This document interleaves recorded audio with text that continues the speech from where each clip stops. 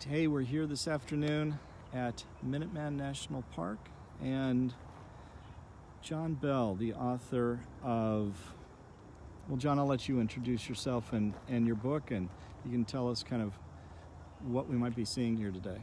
All right. My book is The Road to Concord, and here we are in Concord. This was where the British troops went on April 18th and 19th, 1775. Their mission was to come to this town and search it for weapons, especially cannon, that the Patriot government had been amassing here. And they knew through spies where in town, who was hiding information, who was hiding material, who was hiding cannon, who was hiding gunpowder, who was hiding a lot of things. They knew that as of about 2 days before the march. Should we actually, speaking of march, should we walk and talk here? Yes. So one of the places they knew, one of the most important places, was the farm of James Barrett, a militia colonel who lived off this direction over here. And we're not in sight of his farm. It was about 1.5 miles, 2 miles further along. But that land is now part of the park. James Barrett, he was the militia colonel. He was in charge of collecting the cannon, the gunpowder, the other military equipment that the Patriots wanted. And so he had a lot of the most important material on his farm, and he had his neighbors elsewhere in Concord hiding a lot more. And the British knew this. They knew it because they had a spy on the Massachusetts Committee of Safety and Supplies. They knew it because they had a spy out here in Concord, whose name I still don't know. And so they had a list of where to look for different things in Concord.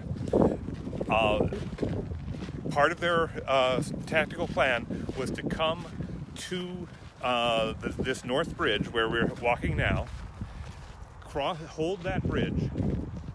And that's Northbridge off in the distance. That's where we're headed. They plan to leave 3 companies at that bridge to hold it, while 3 other companies marched the couple of miles to James Barrett's farm and searched it. That turned out to be the road of because the Patriots of Concord, the militiamen, had gotten word of this march. They had been gathering since the previous night, and they were starting to amass on the hill we just came off of. So, and then other militia companies from other towns began to join the crowd on that hill. Armed men from Lincoln, from Acton. And John, just to set the stage, the hill we're talking about is the hill that we're seeing here. So they would be looking down. They would be able to look down and see the Northbridge, and to see that there were companies of redcoats there, and to see also that 3 companies of redcoats had come across the bridge and gone up towards James Barrett's farm. And it's significant that the militia companies on that hill, they did not try to interfere with the soldiers going to Barrett's farm. They did not at first try to interfere, block them coming across the bridge. They were at that point still observing, probably still waiting to see what would happen, possibly waiting to amass more forces. So often when we think of, the fight at the Northbridge, when we think of a fight at a bridge, we think of 2 armies trying to keep control of the territory, 1 army trying to stop another from crossing. That's not what happened here. They did not stop the British from crossing. Instead, it wasn't until the British in Concord started to burn some of the material they found there, some carriages for cannon. The flames from the carriages spread to a municipal building, and that caused smoke to rise. And so the men up on the hill saw the smoke rising from town. So they're up here, and here. Then the town is actually this direction. The town is here, so they see the bridge, they see redcoats at the bridge, and they farther along, over the trees, they see smoke rising. And this is their town for some of them. So that's when they get upset. That's when they start to think that this is serious. And in fact, one of the soldiers, or the officer, in fact, is even supposed to have said, "What, are you going to let them burn the town?" So that's when the men on the hill started to march down against the soldiers at this bridge. The redcoats at this point were greatly outnumbered. There were only 3 companies of them compared Which would have been to how many men? Which would have been about 150 men. Okay. Meanwhile, there were hundreds of men marching down on them. So the British soldiers pulled themselves back across the bridge. So they weren't trying to hold the bridge either. They pulled themselves to the other side from where we are, and they started pulling up the planks, which would have been protective to prevent the provincials from coming across. But of course, for the Concord people, okay, they're not only burning our town, they're destroying our bridge. So they just got more upset. As they kept marching, hundreds of people, finally some of the British started to fire back, or to fire at them. The British had already seen shots exchanged at Lexington, Right. so they believed they were in a war. And so we're coming up on the bridge, and obviously this is not This is not the same original bridge, but this is the general shape of. It's the general shape. We know the general shape from an engraving that was made later in 1775 by artists named Ralph Earl and Amos Doolittle. Although this bridge, it also commemorates a later bridge that was known to a lot of tourists in the 19th century. Let's kind of do a quick 360 here and kind of orient folks. We're the water is pretty high right now, so a lot of this area off near the statue would not have been so waterlogged.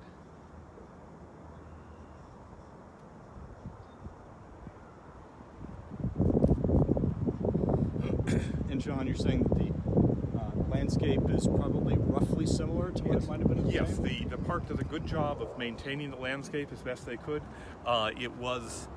Concord had been settled for over 100 years when this occurred in 1775. So the good farmland had already been cleared.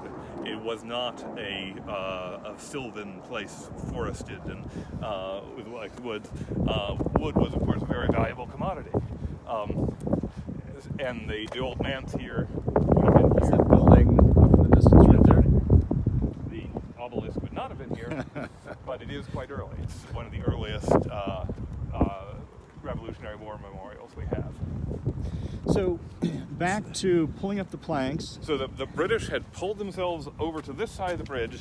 They had started to pull up planks. They started to fire some of the soldiers at the provincial militia coming towards them. They hit a couple of the militia. The militia then fired back. There are a lot more of the militia, a lot more guns. They were also firing more downhill, and so they hit several of the officers and enlisted men. 3 enlisted men were felled. The others went into a formation that allowed them to withdraw. But they had to leave 3 behind. 2 probably dead and 1 fatally wounded. The Americans, the provincials, then came across the bridge. They were very pleased. They were driven away the redcoats, and then they pulled back. They didn't stay. They went back across the bridge, and they went up onto the hill again. And in fact, further in this direction, so that the 3 redcoat companies that were at Colonel Barrett's farm were able to march back unimpeded about an hour later and come back over the bridge without anyone trying to stop them. The provincials could have tried to cut off those redcoat companies. They didn't. They were still holding back, probably because they knew that there was much larger British Army force in Concord, and they wanted those men to leave Concord before they did any counterattack. So the British, the 3 companies from Barrett's farm marched over this bridge, and they got to this side, and they found 3 men who were dead. One of whom had been actually hatcheted on the head by an young American man who the stories differ as to whether he's just angry, whether he's putting the soldier out of his misery, something like that. But the British soldiers saw this and they interpreted it to say the Americans are scalping. And so when those three companies got back to the center of Concord, the first three companies arrived and said, they're shooting at us, we've lost men. Then the second three companies arrive an hour later or so, and they say, yes, there are 3 dead men, and the Americans are scalping us. So that riles up the British even more on their way back to Boston.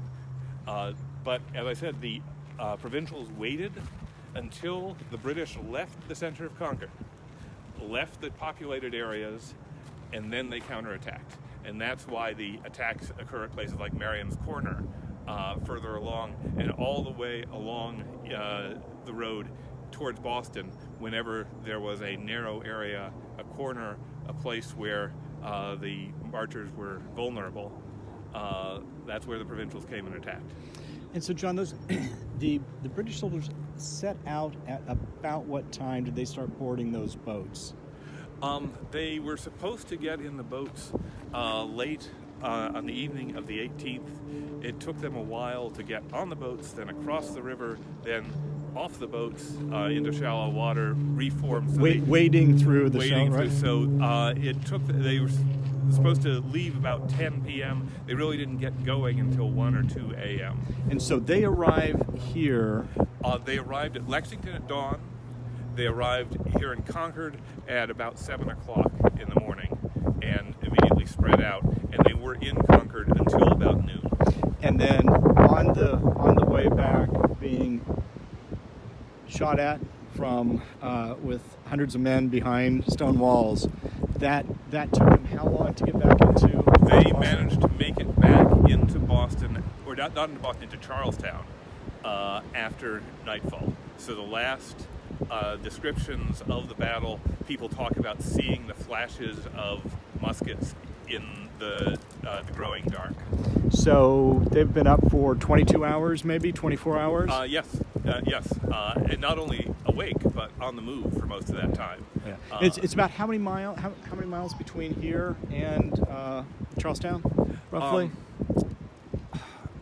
I don't remember the trip back to Charlestown, but it would be about 16, I think. Okay. And there were also what saved the men who had come all the way out to Concord from being stopped and captured was that a reinforcement troop came out and met them in Lexington. They brought a cannon, didn't they? The reinforcement company column under Colonel Earl Percy, yes, they brought a couple of cannon, and they were able to use that to keep the provincials away from the sides, not coming too close to the sides of the column as it retreated. They were also had fresh troops. They were also able to put out what are called flankers, soldiers to either side, and thus they inflicted a lot more casualties on the provincials between Lexington and Cambridge than had happened before. You know, let's go over here. This is there's a monument or a memorial that is to those men who were British soldiers who were shot. And I think it's incredibly touching inscription. Yes. Do you want to read it to folks? Yes, it says, "Brave of British soldiers, they came 3,000 miles and died to keep the past upon its throne. Unheard beyond the ocean tide, their English mother made her moan." And this is touching. Colonial revival. This is a period when Americans were able to look upon the British with more friendly feelings. There was a time when one of the British soldiers, I think here, but certainly one of the British soldiers from the Battle of Lexington and Concord, had actually been dug up, and his skull was being displayed around the country by a phrenologist who was trying to explain what the bumps on its head meant. And in the late 19th century, some scholars got a hold of this skull and had it ceremoniously reburied in a grave like this out of respect. But that's how, for a long time, there would not have been such an honored presentation of the British casualties. I believe every year when this is reenacted, there are representatives from the British consulate, aren't there? There are, often the British consul comes. There are, of course, people who reenact the roles of British soldiers, some of whom are British, some of whom are American. It is a very big, respected part of the ritual to put flags and show honor to the British soldiers as well as to the American soldiers. So in terms of that reenactment, it starts at Lexington, comes here. There's the conflict at the bridge, and then it becomes more ceremonial, right? With groups parading through. And it's a bit different every year, actually. Okay. This year, for instance, in 2018, the big showpiece was the Parker's Revenge. Okay. Because that was a recent archaeological project. They know a lot more about it. It's on park land. But there are also things that happen every year where certain companies come and fire a salute from this bridge, or have give a ceremony for the British graves, or other things like that. So every year there are some things which have been done for decades exactly the same way, and every year there are something new. Okay. And there is, I was here live streaming that Parker's Revenge event, and so on the Facebook page in the video section, folks will find a hour, 18-minute live stream, and you'll notice in the description that I've got some timestamps where specific things happen, and it's very interesting, especially once we kind of get going and there's engagement. Now, John, you mentioned that this was one of the early, perhaps the earliest. This was, as it says, it was erected in 1836, and in fact, it replaced a previous monument. So, the obelisk is a very common 19th century memorial design.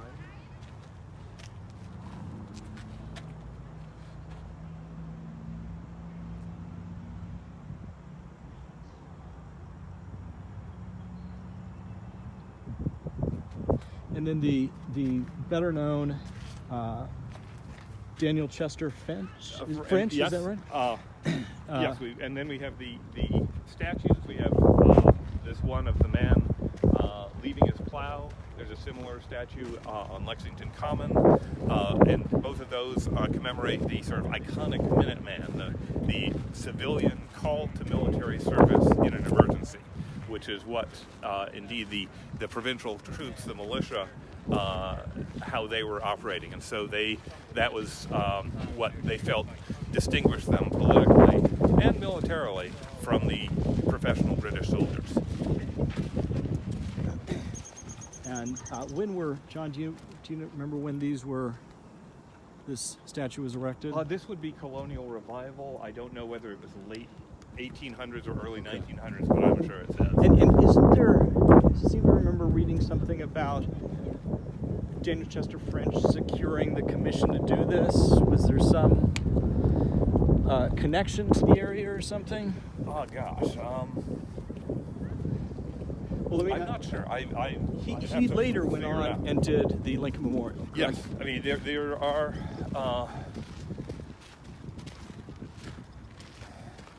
There is a story behind every monument, and often there's a competition, and so that means that there are probably multiple designs. There's going to be a couple of disappointed people.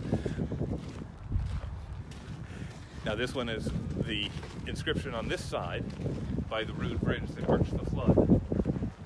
This is from Ralph Waldo Emerson's Concord hymn, which was debuted at an anniversary in the 1830s. And Ralph Waldo Emerson, his grandfather lived in that house that we saw earlier. So that house right there. That's correct? right. So he had a dog in this. He was a Concord boy.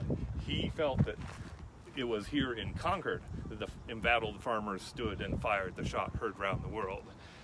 People in Lexington make that same claim for their people. And let's go around to the other side here. Yeah.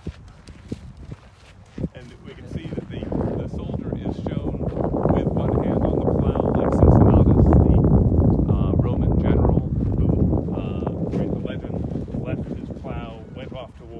and came back and started plowing the same furrow. And yes, okay, this is from 1875, the 100th anniversary of the battle. And so he looks on over the bridge. That's right, and he is, with his hand on the plow, he is defending his own land. That's part of the message here, and that's indeed what the militia was good for. The militia was not good for offense. It was very good for defense. So when people come and visit, let's give them just a couple of tips. So there's this visitor center up here called the Northbridge Visitor Center, and that closes today, for example, which is Wednesday. It closes at 5, but the park remains open until sundown. And both up by the visitor center as well as over the crest of that hill is parking. So for folks who are interested in coming and experiencing it and aren't able to get here when the visitor center is open, by all means come and walk and experience it and reflect. Now, there's also the main visitor center is it's a few minutes away, right, by car? Yes, the other visitor center, the Lexington Visitor Center for Minuteman Park, is very close to the border between Lexington and Lincoln. It's a modernist building off in the woods. It has a very good set of displays about the overall battle. And also along the way, there are several stops, the Paul Revere capture site, Hartwell Tavern, Noah Brooks Tavern, that have signage, sometimes parking, which are also significant moments. Because this was not a battle that took place on one field. This is a battle that was a running battle all the way from where we stand now, which is where the first casualties, not the first casualties, but the furthest western casualties were taken, all the way to Charlestown, where a 14-year-old boy was killed by British troops, probably thinking that he was a sniper. And one thing that's in this visitor center, unfortunately at this point it's closed, but it is one of the cannons. That's the title of your book. Is that right? Yes, my book, The Road to Concord, How 4 Stolen Cannon Ignited the Revolutionary War. Well, I said earlier that what the British Army was out here looking for was military equipment, but especially cannon, and most especially 4 brass cannon that had been stolen from armories inside Boston under Redcoat Guard in September 1774. And they were out here in Concord under the care of James Barrett in the beginning of April 1775. The British commanders knew that. He wanted to get them back. They were at the top of his shopping list for what British troops should look for when they got to Concord. And Barrett successfully hid them, so the British never got those back here. But 2 of them survived the war, came back to Massachusetts, and are now on display at the Northbridge Visitor Center. Should we walk up that way? And at Bunker Hill Monument. And John, you had an interesting story about the kind of circuitous route this one took, to finally be on display here in the Visitor Center. In the early 1820s, the cannon were loaned out by the state to an organization called the Ancient and Honorable Artillery Company, who have a museum at the top of Faneuil Hall. And at the time, they were trying to train themselves in the use of artillery, so they borrowed these 2 small cannons from the States. They went out to a gunnery range and shot them off. I don't know how many years they did this, but in any case, at some point, one of the cannons burst, and it got a big hole in it. And they had to sheepishly give it back to the state. The cannons were then kept in storage for another couple decades, and then when the Bunker Hill Monument was opened in 1842, Massachusetts thought, hey, let's put these 2 cannon up there at the top of the chamber. And the opening of the Bunker Hill Monument was a big deal. It was a huge deal. It was, for one thing, it was a very large building for the time, an expensive one, and it was larger than, it was an obelisk like this one, but much, much larger. There was really nothing else like it at the time. This was decades before the George Washington Monument was built, for instance. So they put the cannon up there, the 2 surviving cannon, and they were there for over 100 years. Then sometime in the early 1970s, one of them was removed. And I've heard different stories of how it was removed, but in any case, it was thought to be unsafe for it to be up there. So the Metropolitan District Commission, the MDC, which was then in charge of the monument, took the cannon down, put it in storage in a police station. Then, as I understand it, they sort of forgot about it. They used the same space for stolen bicycles that they were finding, and then about 10, 15 years later, they were cleaning up this building. They pulled up all these bicycles, and then underneath was this brass cannon engraved with some Revolutionary War story on it. By that point, the Bunker Hill Monument had been put in the custody of the National Park Service. So the MDC turned over this weapon to the NPS, which then put it in what they called preservation storage, which meant that it was sitting in a warehouse in Charlestown Navy Yard for another decade or more, until I came along and was able to find the story of the stealing of the cannon and connect it with the stories of what James Barrett had out on his farm, and say, you know, this was one of the 4 cannon that ignited the Revolutionary War. So now that cannon has been restored and is on display here at the Visitor Center. The other cannon has also been taken down from the top of the Bunker Hill Monument, which is not a climate-controlled environment. It was also restored by the experts at the National Park Service, and it is now on display in the lodge at the bottom of the monument, where it's much easier to see. Got it. Well, how interesting. Well, John, this has been great. Thanks for taking the time this afternoon. We appreciate it.